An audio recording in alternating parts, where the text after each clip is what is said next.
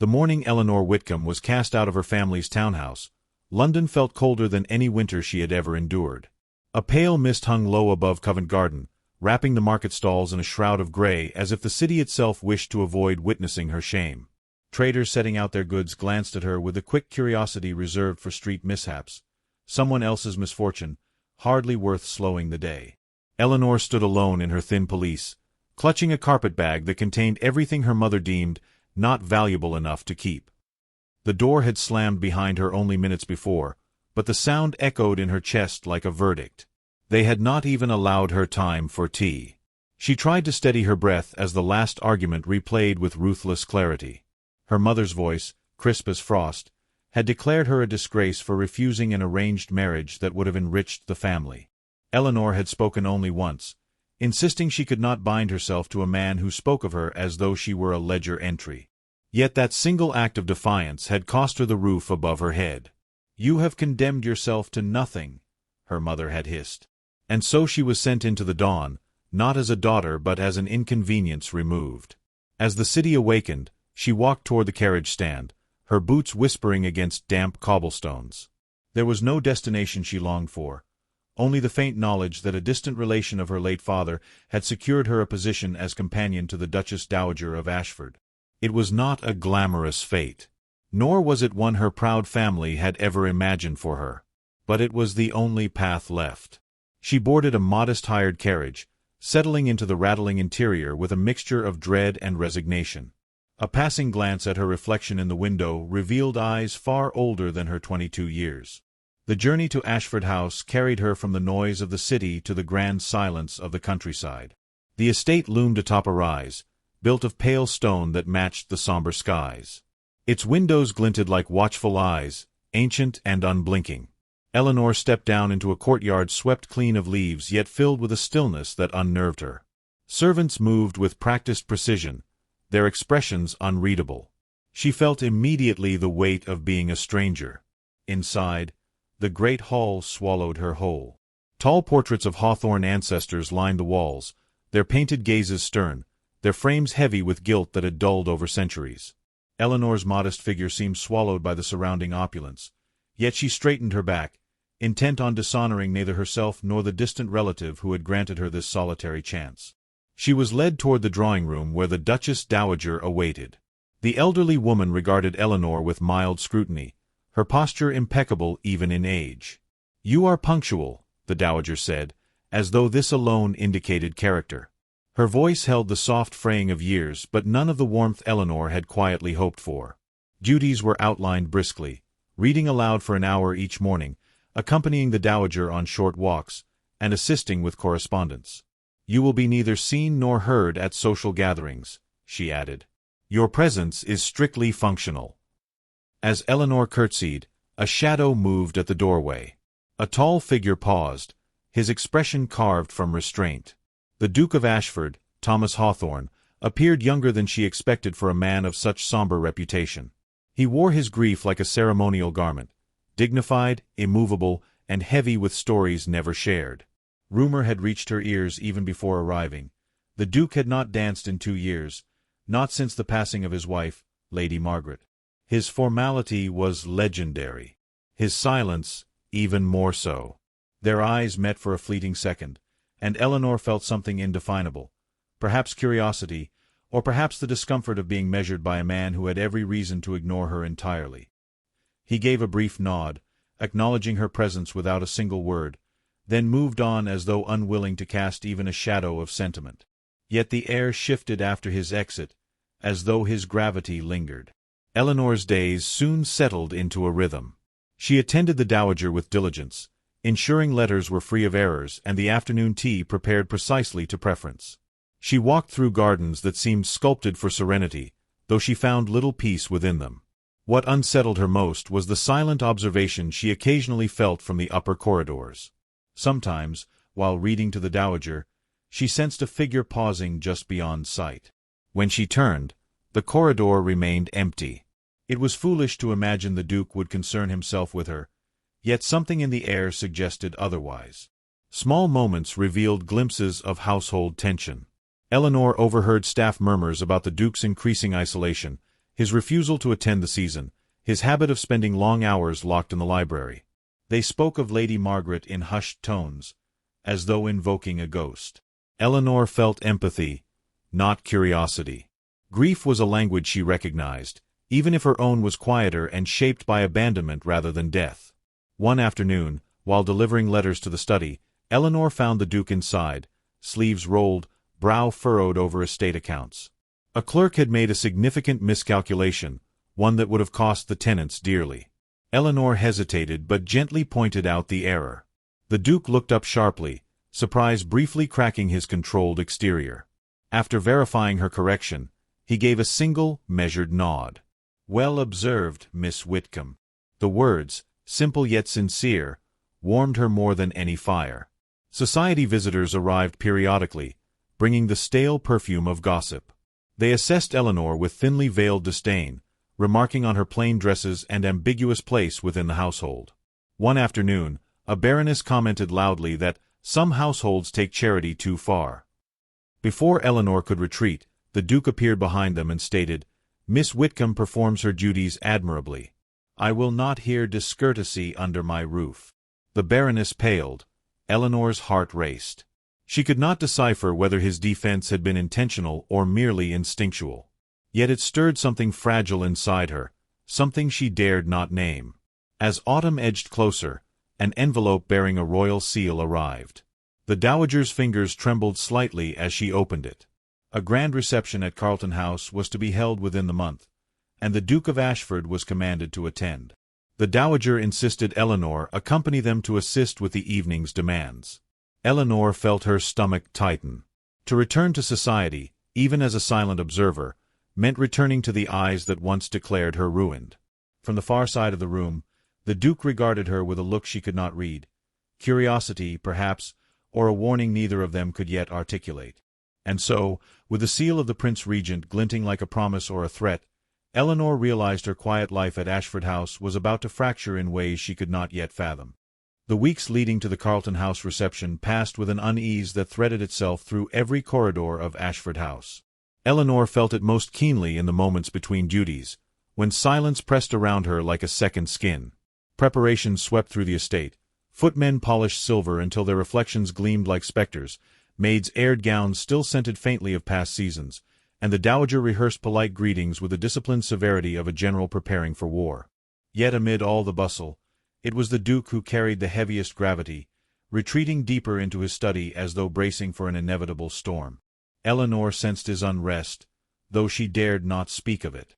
Her own anxieties simmered quietly. She ironed the gown chosen for her, simple gray silk, modest in cut, and traced its seams with a mixture of pride and dread. It was not a garment intended to draw attention. In truth, it felt like armor, shielding her from a world that had already wounded her once. Still, the idea of stepping into the heart of society, even as a shadow behind the dowager, made her pulse quicken. She had once imagined entering such rooms as a debutante under her father's proud gaze. Now she would arrive as something else entirely. Useful, unobtrusive, forgettable. The evening of the reception arrived with rain tapping gently against the carriage roof as they traveled to London. The city glittered with lamplight reflected in puddles, every street shimmering like polished obsidian. Eleanor sat opposite the Duke and the dowager, her hands clasped tightly in her lap. The Duke remained silent, his expression fixed on the shifting blur of the city beyond the window. At one turn, a lantern illuminated the sharp angle of his jaw, the faint line of tension near his temple.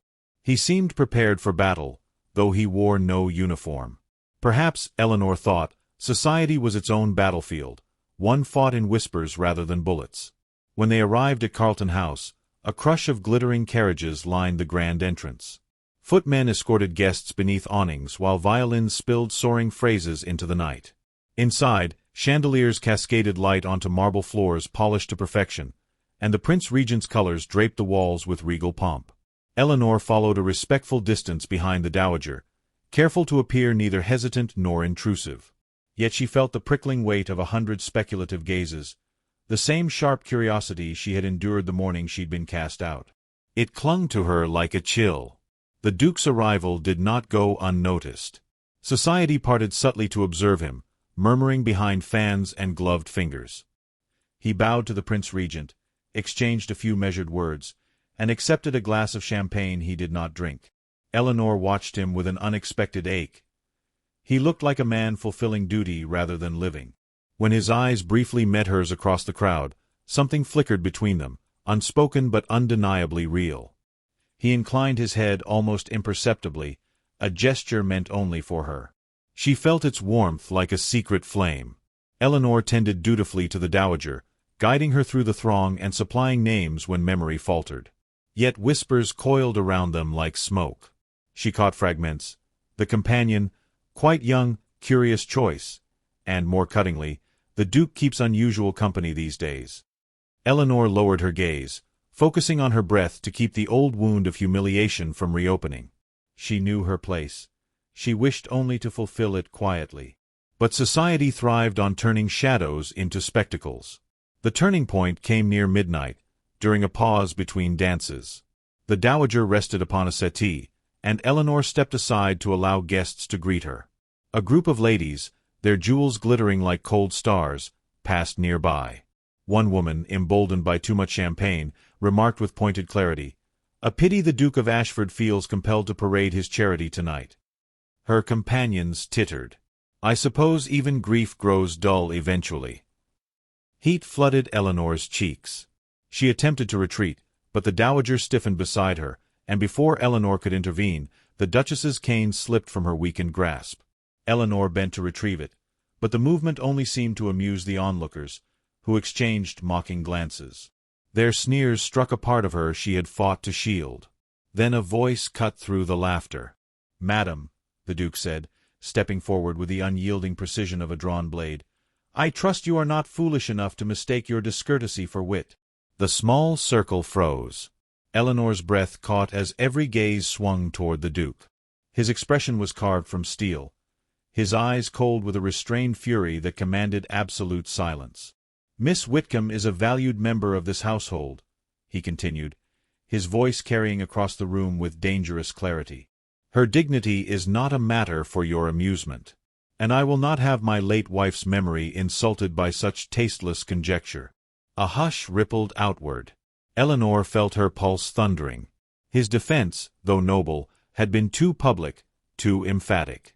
It suggested an intimacy he had never intended to imply. She sensed it instantly. So, it seemed, did every observer within earshot. Fans fluttered. Brows lifted. The murmurs began almost immediately. The dowager rose, trembling with indignation.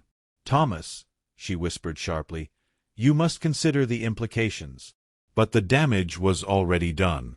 The Prince Regent himself glanced toward the commotion, murmuring to an adviser. And in that moment, Eleanor saw the realization strike the Duke like a sudden blow. His words, spoken in a moment of righteous impulse, could unleash a scandal powerful enough to stain them both. He turned to Eleanor then, only for a heartbeat. His eyes held a mixture she could scarcely interpret, regret, protectiveness, and something unsettlingly tender. It passed too quickly for understanding, yet it left her breathless. They departed the reception early. Rain had intensified outside, the storm mirroring the turmoil within the carriage. The dowager spoke little, retreating into rigid silence. The Duke stared forward, jaw clenched, as though rehearsing the consequences that awaited them. Eleanor sat motionless, the echo of his words replaying in her mind. He had defended her. Recklessly. Publicly. Irrevocably. When they reached Ashford House, the dowager retired immediately. Eleanor started to follow, but the Duke stepped forward, stopping her with a quiet, strained breath. "Miss Whitcombe," he said, voice low, "I fear my impulse may place a weight upon your shoulders that you did not choose." Eleanor met his gaze, her voice barely above a whisper. "A weight shared is not always a burden, Your Grace." For the first time since she met him, the Duke looked uncertain, almost vulnerable. The moment stretched between them like a bridge suspended over something unknown. Then he stepped back, offering a subtle bow before disappearing into the darkened corridor. Eleanor remained where she stood, heart unsteady, the air still warm with the echo of a scandal that had already begun its slow, unstoppable bloom. The scandal unfurled with swift, merciless efficiency, like ink spilled upon parchment. By morning, London's drawing rooms buzzed with speculation, each retelling of the Carlton House incident colored by envy, malice, or breathless fascination. Eleanor's name, once uttered only in the quiet spaces of Ashford House, now circulated through society with an energy that left her trembling. She moved carefully through her duties, each step shadowed by the knowledge that her presence had become a matter of public sport. Even the servants, though loyal, stole glances tinged with concern, as if wondering whether she might vanish under the weight of so many whispers. The Duke isolated himself in his study, requesting only the most essential communications. Papers lay across his desk, letters from advisers urging him to proceed cautiously, and notices from acquaintances who, in a gesture wrapped in false sympathy, warned him of the perception his household now carried. Yet he read each line with a growing restlessness, interrupted only by the occasional pacing that marked his frustration. His impulse at the reception had been sincere. His regret lay not in defending Eleanor, but in the consequences he had unwittingly placed upon her shoulders. Meanwhile, the dowager maintained a formidable silence. She neither confronted nor comforted Eleanor, preferring instead to observe her with an inscrutable expression. Eleanor sensed the internal conflict, affection bound by fear of further scandal. Still, despite the dowager's restraint, she occasionally reached out a steadying hand when rising from a chair, or murmured a soft acknowledgment when Eleanor completed a task with her usual quiet elegance. These small gestures, though subtle, tethered Eleanor to the household in a way she had not anticipated. A summons arrived on a particularly grey afternoon. The Prince Regent, dissatisfied with the rumors, requested the Duke's presence at St. James's Palace. The message was clear in its subtext: clarify the nature of your association with Miss Whitcombe, or risk the erosion of your standing. The Duke read the letter twice, his jaw tightening. Eleanor observed him from across the room, her hands clasped tightly. She wished to speak, to reassure him, yet she hesitated. What words could possibly lighten the burden he carried? What comfort could she offer that would not deepen the very assumption society had already drawn? "Your Grace," she said softly at last, gathering her courage, "you need not defend me further." The Duke looked up, startled. "And what would you have me do? Allow your name to be dragged through every drawing-room as though you were?" He stopped, his breath sharp. "No. I will not stand idle while others diminish your character." Eleanor stepped nearer, her voice gentle yet firm. "If society demands an explanation, let it come from me. A quiet statement, perhaps, assuring them of propriety. They may yet believe it if delivered before the whispers grow louder." His expression softened, though his brows remained faintly drawn. "You should not have to bear that task." "Yet I already do," she replied, meeting his gaze. "Let me share the burden." For a moment he looked at her in silence, studying her, measuring not her resolve but perhaps the courage that had always lain beneath her quiet surface. Then he exhaled with reluctant acceptance. "Very well. But I shall not have you face them alone." The meeting was arranged swiftly. A modest gathering of influential families convened at a private salon near St. James's, ostensibly to discuss charitable engagements. But the true purpose hovered in the air like a hidden draught. They sought clarity, confirmation or denial, of the Duke's supposed attachment to his companion. Eleanor entered with her spine straight, her gown simple but unwrinkled, her gloves pristine. The Duke walked beside her, not quite touching, yet near enough that his presence steadied her. Conversations quieted upon their arrival, a ripple of anticipation sweeping through the room. Eleanor felt the weight of a dozen scrutinizing eyes, but she moved with controlled grace, offering polite nods to those who greeted her. When the moment came, the Duke spoke first. His tone held a balance of authority and restrained emotion. "There has been an unfortunate misinterpretation of my words at Carlton House," he began. "I acted in defense of a member of my household, nothing more."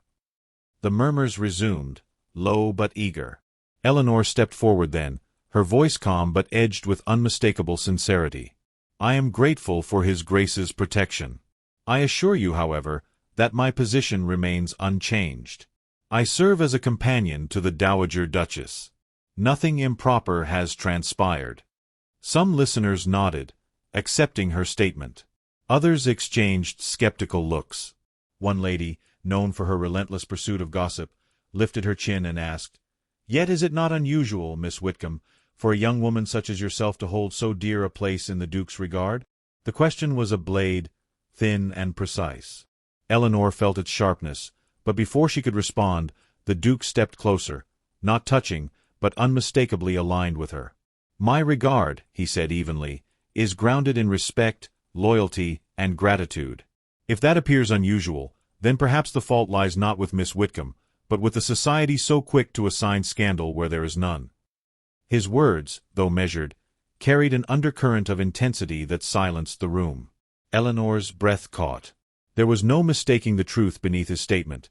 He did not simply wish to clear her name, he wished to shield her, fiercely and unashamedly. The gathering dispersed soon after, the tone subdued but no longer charged with accusation.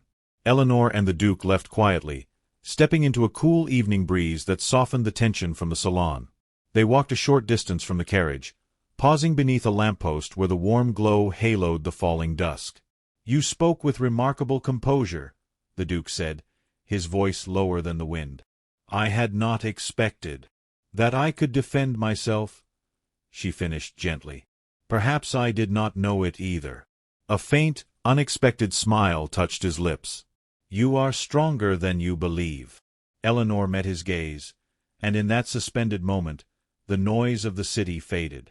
His expression held something unguarded, an emotion that stirred an answering ache in her chest. Yet fear threaded through her as well. The world they inhabited did not easily pardon impropriety, let alone affection born under shadowed circumstances. "Your Grace," she whispered, "what happens now?" He looked away briefly, as though steadying himself.